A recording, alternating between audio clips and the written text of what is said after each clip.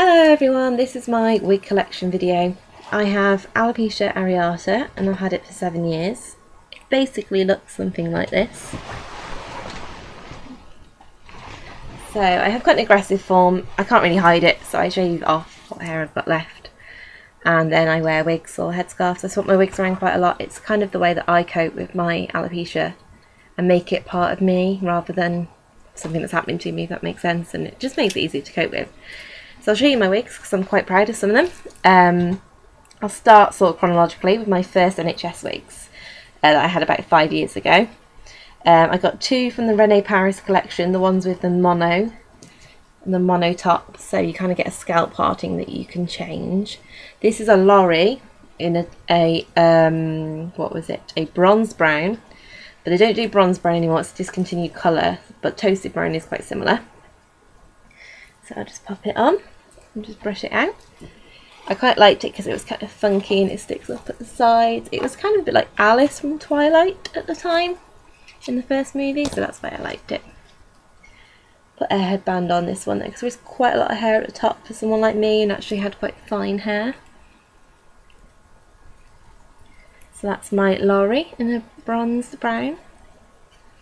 And then the other one I had was a Stevie wig, which is quite long, but because this wig's 5 years old, I've had it cut several times and it's now in a bob for me. This isn't how it originally came. Again, it's a mono top, and it was a Stevie in a spring honey, which is a nice kind of darkish blonde colour. You can't really see very well in this light, but I had it cut by my local hairdresser actually, because she's really good with my wigs and my alopecia and stuff. So I had the fringe cut in as well a bit more and changed the parting a few times. So that's my Stevie, how it looks now. Like I said, it was really long, it was like right down my back. And I've had it cut and cut, which is a good thing about getting the long wigs sometimes. You can make them last if you're willing to have them cut. Okay, and then after that I bought a few of my own wigs from the Rene Paris the collections without the mono top because they were slightly cheaper, especially if you get that exemption. So this one is a jade in a marble brown. I got these from Trenco, I went and chose them. It's a really good company with a big variety of wigs. So there we are, a bit of a longer one, not too long. I do really like the longer hair though. Even though it hasn't got a mono top, the Rene Paris are pretty good, I find, with most of them. You can't really tell. And I also got a blonde in a very similar style. Very, very light blonde though, this one is. And this one is a Jordan in a creamy toffee. Again, it's not got a mono top, so it's just like this on the inside. This one's a bit more frizzy because I think I've worn it a bit more. So it's quite a similar shortish shaped style.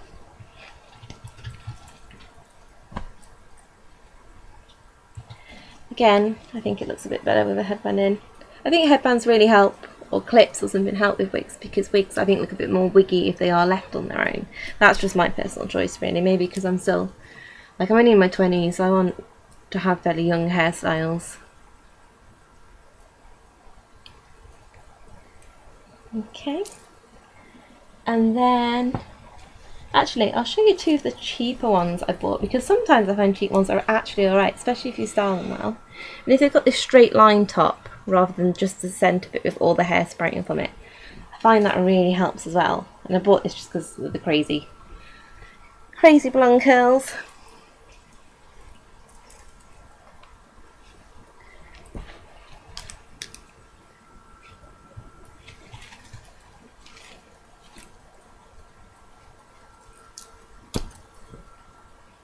So I found that especially with this one, if I was to pull some of it back, it looks a lot more real.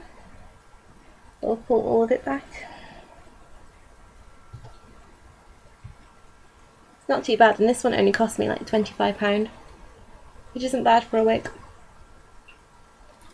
And the curls are really well kept on that actually.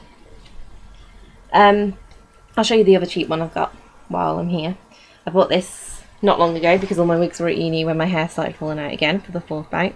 It's actually purple, but you can't see very well. I call it my Katy Perry wig. It's very Katy Perry-esque. I was really worried about getting a funky coloured one because I thought it would look too wiggy. But to be honest, so many people have funky colours these days that no one's really noticed. If anything, I've had quite a few compliments about my hair. Just saying, wow, cool hair. Not about it being a wig. So again, if I got a headband as well, especially for cheaper wigs, just hide the parting a bit.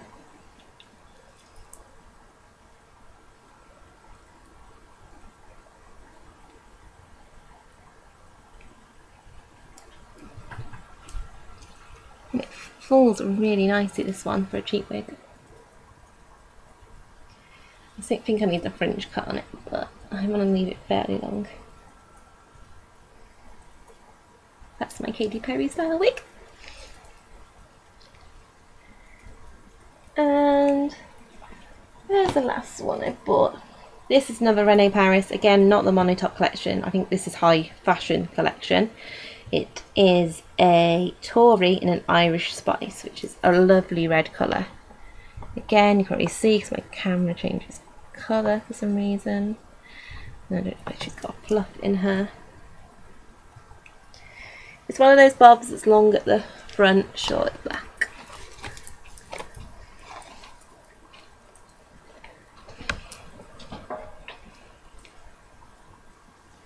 I find it doesn't curve properly mine though now, but it is quite old again, this one.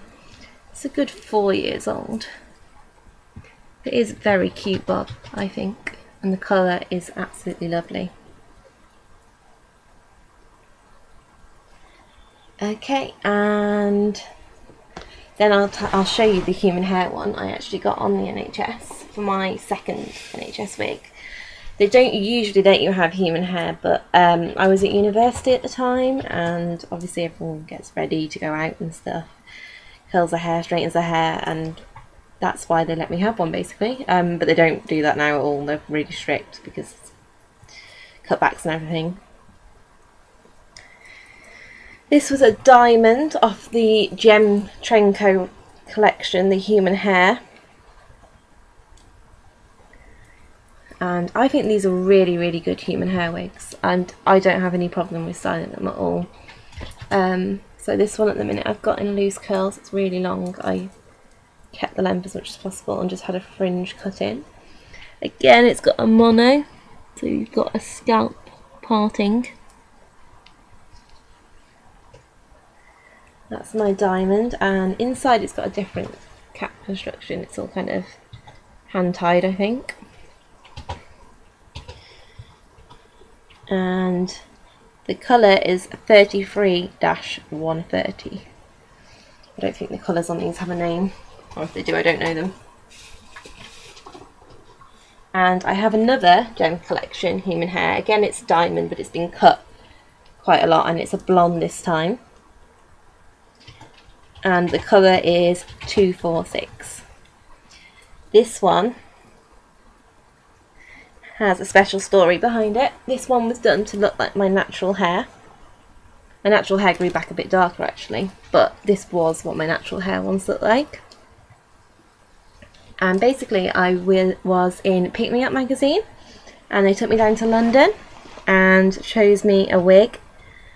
And Trevor Sorbet, who was a celebrity hairdresser who now cuts people's hair and trains hairdressers to cut wigs for people with hair loss, cancer patients and alopecia patients.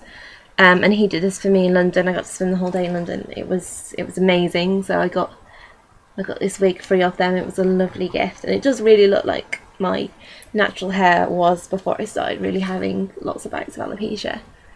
And it's such a lovely blonde colour. It's really nice, and he cut it all and did my fringe and everything for me and did the length. And yeah, he's really good at making them look so natural and not just like they come out the hairdressers, which I think sometimes synthetic ones do. I'll just pop that one back up. Okay, and then after that I guess I could show you my last human hair one, which again I got for an awareness thing. I did Channel 4's Embarrassing Bodies, a living with segment. So they did a little 5-minute film on living with alopecia, and I did a lot of filming, and I went to Trenco and they wanted to show off some of the best wigs they do. So this one is like a lace cap all the way round. I don't know if you can see very well. So it looks like the hair is growing out your scalp everywhere. And you can even tie it up because it's all along. You have to tape it down first and then you can tie it up. And it's moulded to your scalp, so they take a mould and then they fit it to you.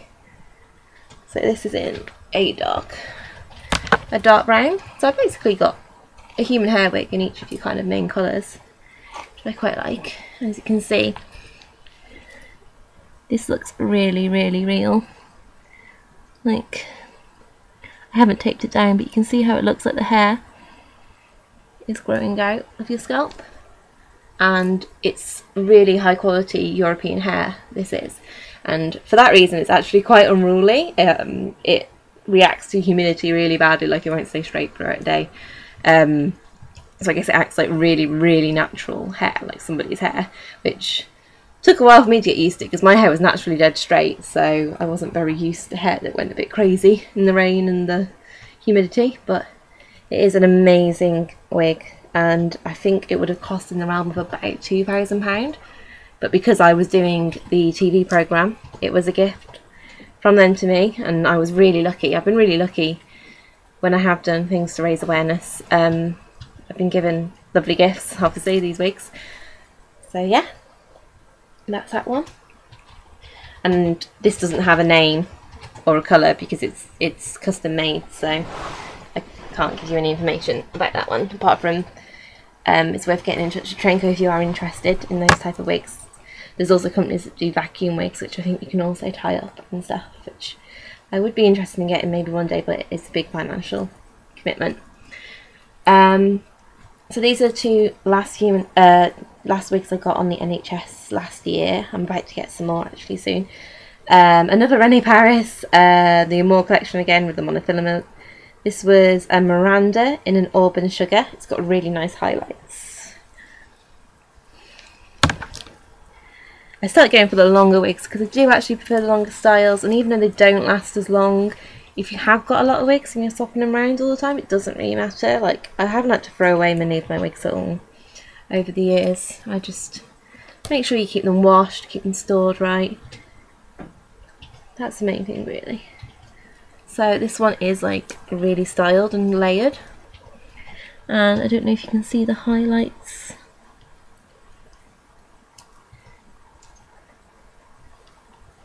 So that's that one there. Fairly long at the back, quite straight. Does kind of look like you've just come out the hairdressers with this one though. Wherever you go out, it's very shaped. And then the other one I got on NHS that year was a Brittany in a toasted brown, which is a lovely soft curled wig. Curly ones don't last long either, so when you've got a curly long one. But I tend to only wear this one like out and stuff, like out for a night out or something. Try and keep the nice curls for special occasions. Again, it's got quite a bit of hair, so a headband I think helps.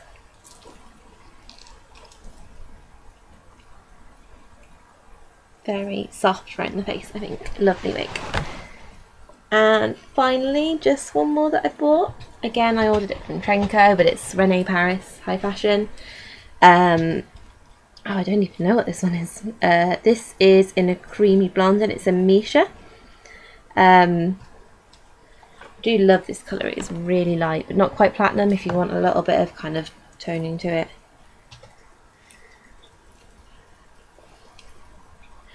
It's quite a lot of hair on this wig again. But also because it's quite long, it kind of suits it. It makes you look like you've got lovely thick hair.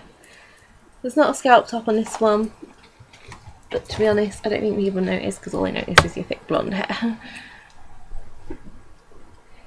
Okay, so that's that one. So that's mainly my wigs. Yeah, René Paris is obviously my wig of choice because they're reasonably priced and they do last really well. yeah, any questions, feel free to message me about them. Bye!